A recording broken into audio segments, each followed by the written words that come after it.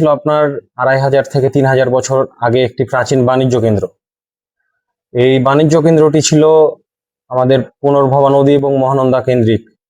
এই নদীগুলোর চারপাশ ঘিরেই ছিল বিভিন্ন প্রাচীন মানবের বসবাস।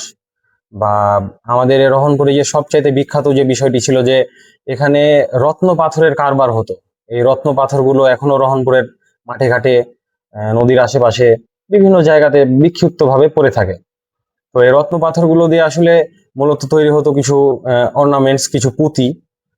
এইগুলো পৃথিবীর খুব কম সংখ্যক জায়গার যে কারিগরগুলা, এই কারিগরগুলা হচ্ছে যে এগুলা তৈরি করতে পারতো। তো আমাদের এই রহনপুরের এই কারিগরগুলো হচ্ছে যে এই পুঁতিগুলো এখানে তৈরি করতো এবং এগুলো বাইরে হচ্ছে রপ্তানির জন্য বিভিন্ন বিজনেস পারপাসে যেত, বা আর কি এটা ব্যবসায়িক একটা নগর হিসেবে সে সময় থেকেই এই কারণেই বেশি জনপ্রিয়তা লাভ করে।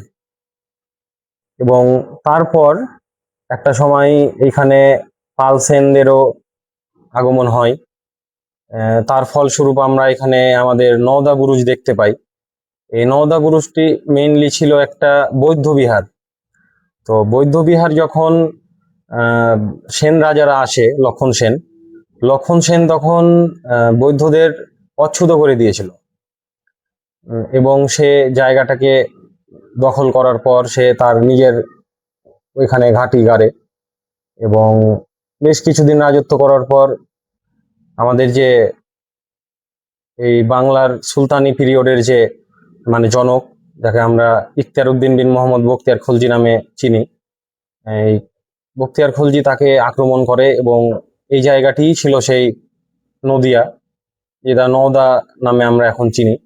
তো এই হিসাবে আপনারা যদি খেয়াল করেন যে রহনপুর আসলে মানে প্রত্যেকটা স্টেজেই, প্রাচীনকালেও মধ্যযুগীয় সময়েও সবসময় একটি গুরুত্বপূর্ণ জায়গা হিসেবে গণ্য হয়েছিল।